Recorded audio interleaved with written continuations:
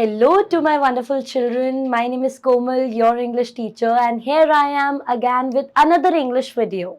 And today we'll be solving the question and answers of poem number 3, that is A Tiger in the Zoo. चलो जल्दी से हम लोग without wasting any time questions देखेंगे. सबसे पहला question है, notice the use of a word repeated in lines such as these. On the paths of velvet quiet in his quiet reach. अब वो बोल रहे हैं कि बताओ ये जो वापस बार बार repeated words है, why these words are being repeated in the poem again and again, and what is the significance of that? This is what we are going to read about. We have to answer that. Another word is brilliant eyes and brilliant stars. तो ये brilliant भी क्यों repeat हो रहा है? This we have to answer. What do you think is the effect of this repetition? इस repetition की क्या significance है, इसका क्या effect है? This is what we are supposed to answer. चलो देखते हैं. This repetition is a poetic device. मैंने तुम लोगों को कितनी बार पढ़ाया है कि repetition एक poetic device होता है जिसमें पूरा का पूरा word ही repeat हो जाता है and it increases the, यहाँ पे देख रहा है कि the poet in order to increase the intensity of the tiger's rage and his helpless silence. यहाँ पे जो word quiet है वो उसकी helplessness को दिखाता है कि that how tiger being the most ferocious animal of the world, being the wild beast, कैसे उसके पास power और strength होने के बावजूद he is not able to exercise any of those things, he is not able to exercise his strength, and इसीलिए उसकी intensity of helplessness, intensity of anger को दिखाने के लिए उसने word quiet को बार बार use किया है. Velvet quiet refers to the quiet velvet pads of the tiger. उसके पैरों के बारे में, उसके गद्देदार feet को दर्शाने के लिए क्या यूज किया गया है? Velvet pads. They can only walk around the limited space in the cage. और केज की एकदम लिमिटेड स्पेस को घूमने के लिए उसके बारे में ये बताया गया है कि वो अपने वेलवेटी पैरों पे इधर से उधर घूमता है एकदम quietly. The use of quiet rage symbolizes the anger that is building up inside the tiger. His anger is quiet because he is locked in the cage. As I told you कि जो quiet rage है वो उसके anger, जो कि anger develop हो रहा है, जो anger अब build up हो रहा है, जो frustration build up हो रही है, and then also he knows, can he exercise his anger? Can he exercise his power and agility? Can he exercise his strength? No, क्योंकि उसे पता है he's behind the bars and with his all the power he cannot break out. He cannot break out of that particular cage, and that is why the word quiet had come for the silent movement and for the silent anger. Okay.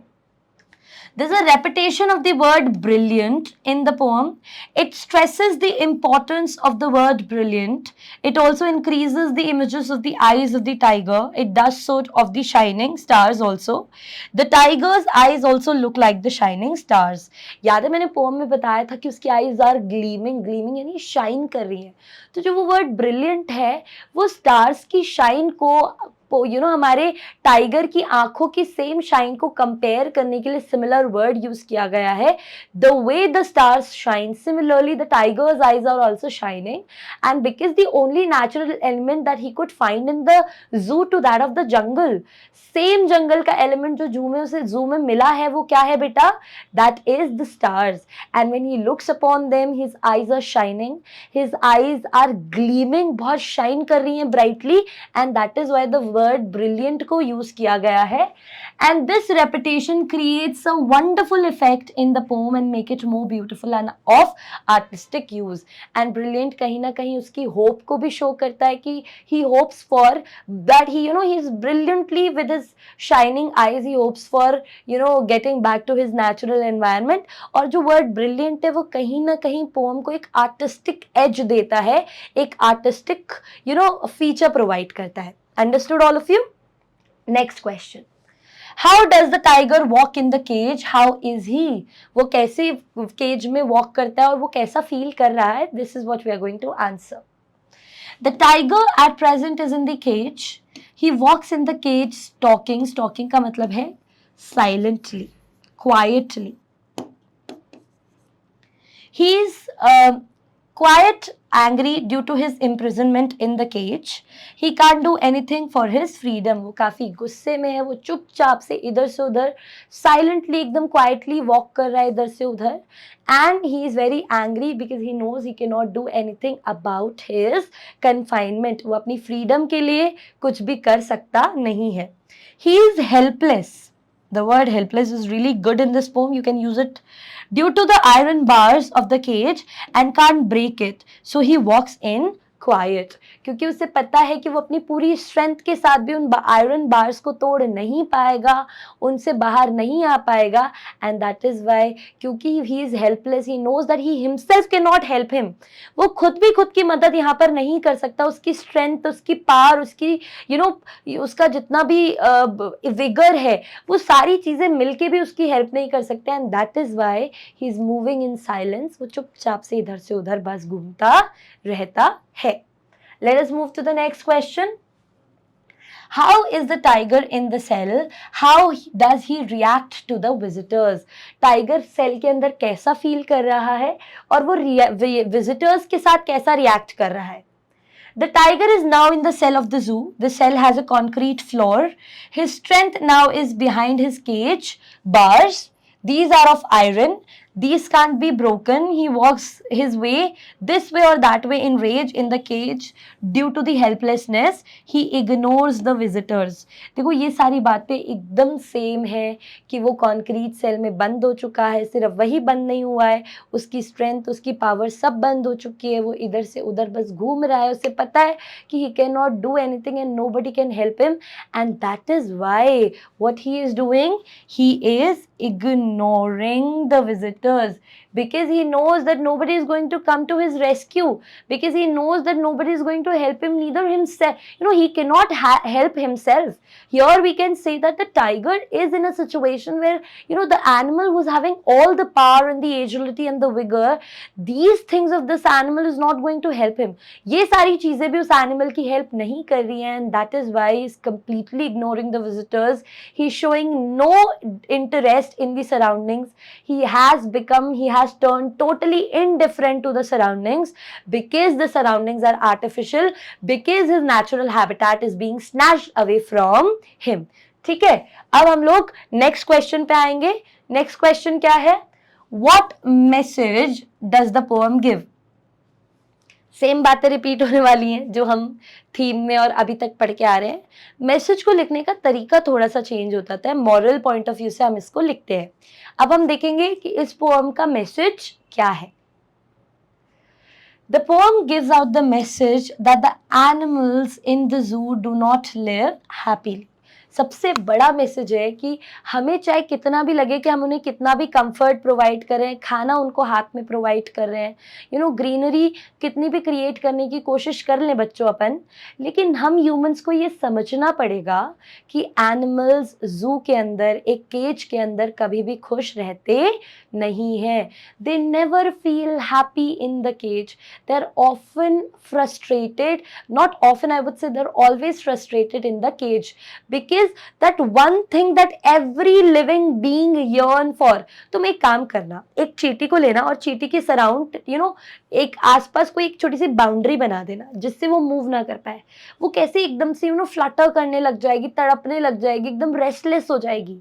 तो एक छोटा सा animal है, एक छोटा सा insect है चींटी, एंट, वो भी अपनी फ्रीडम को सैक्रिफाइस नहीं कर सकती है, वो भी अपनी फ्रीडम से कॉम्प्रोमाइज नहीं कर सकती है. तो ऐसे वाइल्ड बीस्ट जो कि डोमिनेटिंगली फेरोशियसली जब वो लोग बाहर रहते हैं, कैसे अपनी फ्रीडम को एंजॉय करते हैं, एम्ब्रेस करते हैं. How can we expect these animals to live in confinement? So we should never confine them. They lead a miserable life there. They want to be in their natural habitat.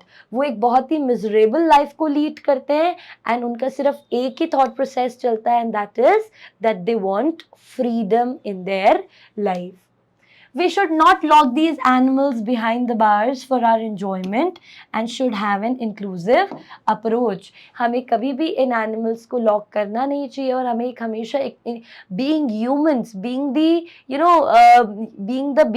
we are the living beings who are sitting at the apex of the hierarchy of the beings. We are the most rational beings present on the earth. और उस चीज़ के साथ हमें ये भी होना चाहिए कि हमें हमेशा एक इंक्लूसिव अप्रोच रखनी चाहिए. हमें एक्सेप्ट करना चाहिए कि हर कोई लिविंग बीइंग यहाँ इस अर्थ का पार्ट है. हम सुपीरियर नहीं हैं. We are just the part of the natural environment, and if we try to tamper or intervene with the one element of the nature, the repercussions will be faced by the every other natural element of the earth. So that is why we should have an inclusive approach and we should never lock them behind bars. I hope message समझ में आया होगा. Let us move to the next question, that is, what does the poet think? Where should the tiger be? Poet के अनुसार, according to the poet, tell me what does he think of कि tiger को कहाँ होना चाहिए, किस तरीके के हैबिटेट में टाइगर को रहना चाहिए. This is what we are going to answer. The poet thinks that the tiger should be in the jungle. Poet को क्या लगता है बच्चों कि टाइगर को कहाँ होना चाहिए?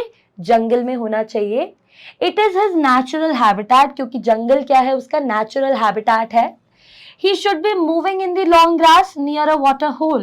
And in particular line से हमें hunting के बारे में पता लगता है कि जो natural instinct है टाइगर या किसी भी wild beast का is to hunt the animals. So he should be there in the jungle and acting upon its natural instincts. Animal को अपने natural instincts पे act करने देना चाहिए. उनको वैसे ही एक life देनी चाहिए जो कि भगवान ने उनके लिए decide की है. तो वो अगर जंगल में होगा तो वो लॉन्ग ग्रास में स्टेल्दीली मूव करेगा और वाटर होल के पास एक प्लम्प मोटा ताजा हिरन आएगा और वो पानी पिएगा. Tiger would attack that deer and he would devour his own hunt. He would devour his prey and he would earn his food for the day.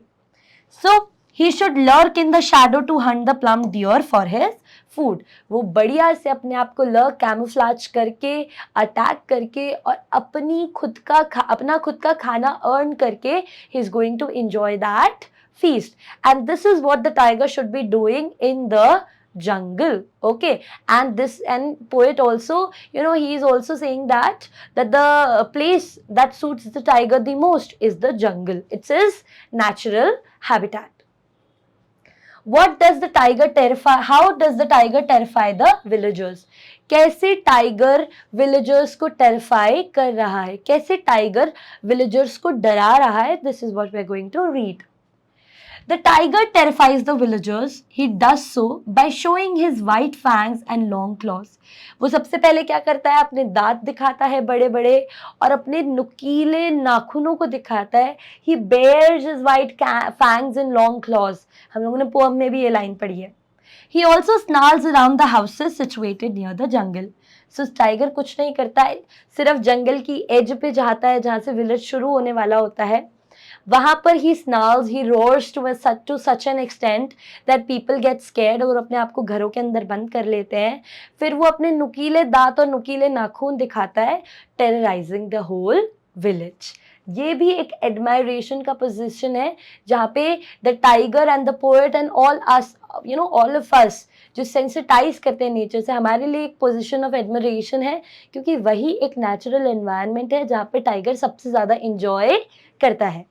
Now, next question, I think last question of the particular video. How does the tiger behave at night? रात में tiger कैसे behave करता है?